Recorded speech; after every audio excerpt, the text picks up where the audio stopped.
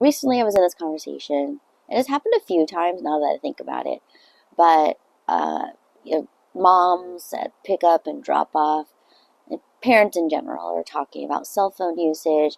When we're at tournaments, some kids are using their phones, their parents are commenting like, I wish they didn't have that. And these are elementary school, so 9, 10, 11, 12, and early middle school. And and there was this pact of moms who signed this petition of like not having phones, and not letting them have them before the age of 12. I've shared, well, our oldest actually, they have actually never asked for a phone, never. And they just turned 14.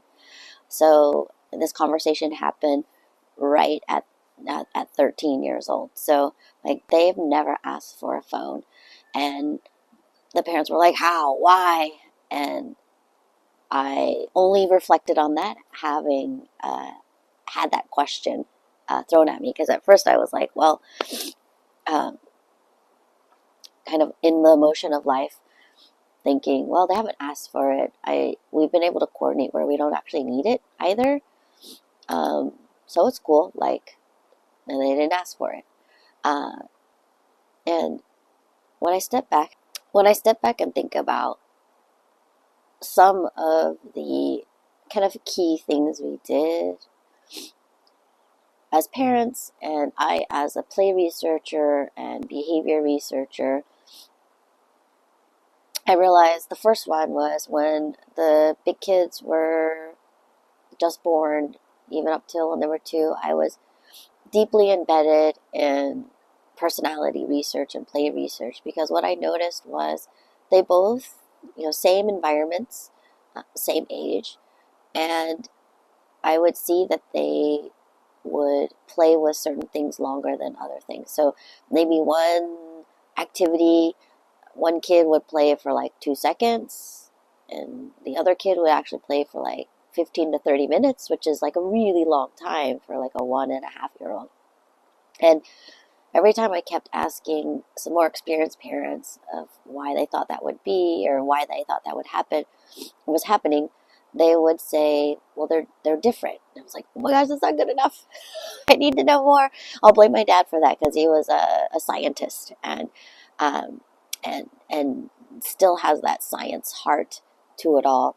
And so I went down the rabbit hole of researching papers on this type of thing that I was seeing, and it led me to Jane Goodall's research, and it led into personality research, and it just continued in that sense when I realized, oh, so when kids are at play, a core part of how they see things is there. It's like when they get lost in play, it is their example of flow.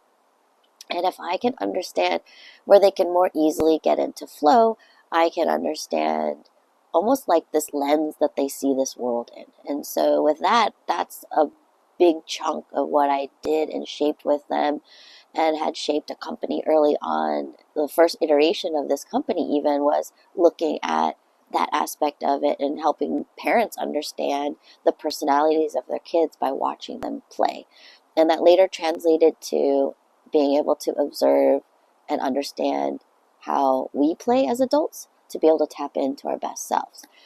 So back to the kids, once I identified that, there were kind of 2 vectors that I saw, even though I developed lots of different play types, but 2 vectors. One was goal orientation. There are some kids who really thrive in like putting something ahead of them, a goal. And that goal might look like, for like one kid, is like use up a piece of paper. And that could be draw. So it could be draw a line, but I'm going to use up that piece of paper. Another kid may be that there's no complete goal, but more focus on the process of things. So maybe it's, I don't care how many pieces of paper I use, I'm just crumbling it or tearing it into different pieces, and I'm satisfied with that.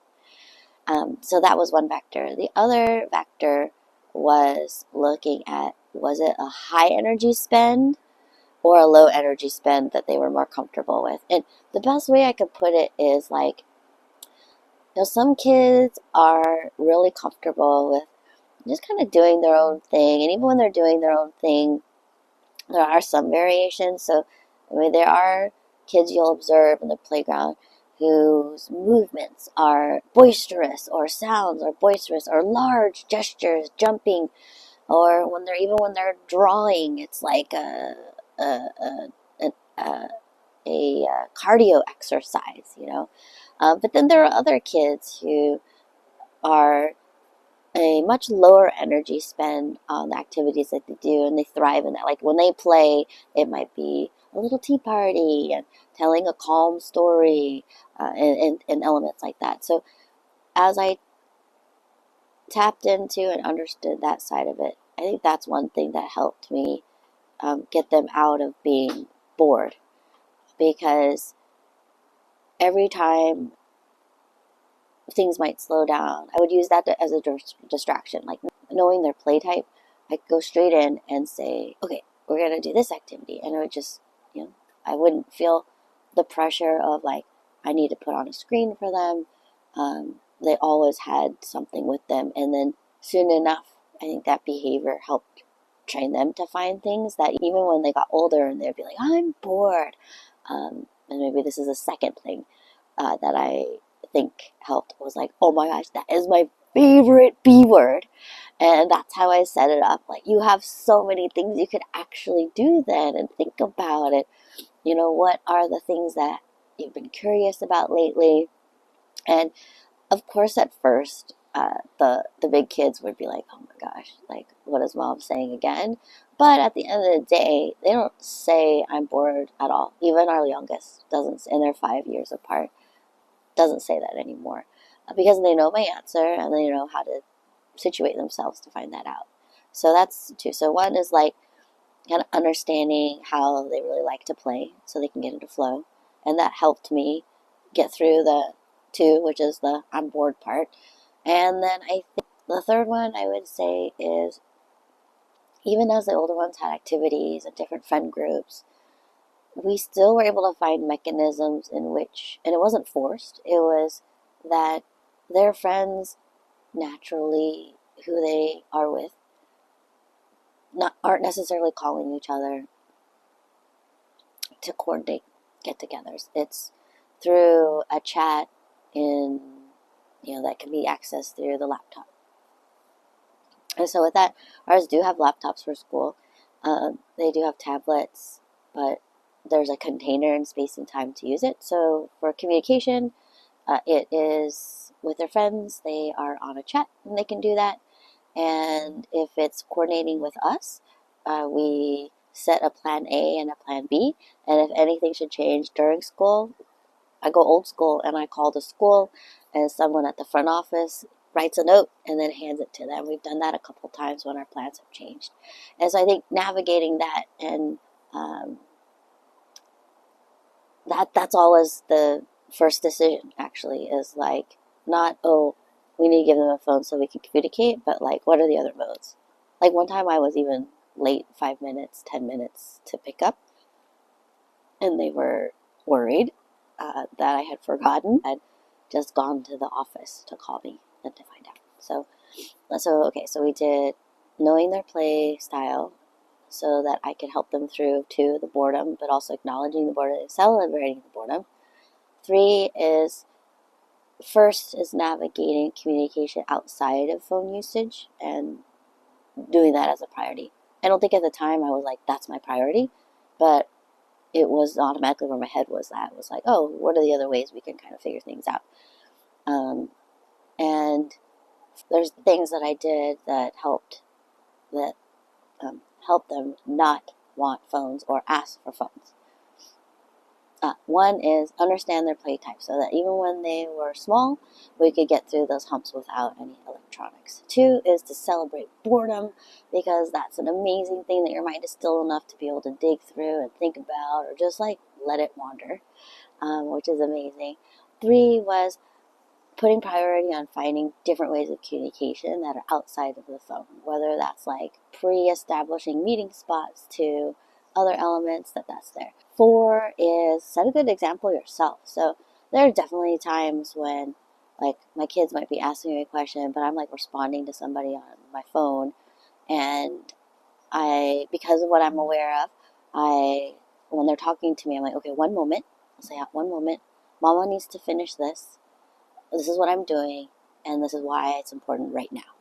And so I really explain those things because one is I want them to know that I am not blindly ignoring them. Two is that I want them to understand even some bits and elements of my day and why it's important, what filters are going through when I say it's important. And then I think the fifth thing is that we opened up the conversation early on. Like when they were little, I would say, 4 or 5 years old, maybe 5, 6 years old. They had older cousins that were in their tweens, and every time we'd come visit and we didn't live in the same state, they'd always be on their phones. The big kids would be on their phones. And the littles, they would end up playing amongst themselves. But we did have conversations afterwards. I was like, well, how did it feel that, your cousins, with your cousins? And they would be like, well, I didn't feel like they wanted to play with us, right? And I think so anchoring on that feeling, they have definitely talked about how now they recognize that that's not something that they want and they want to see or want to contribute to. So with that, there's a Porch perspective. Thanks.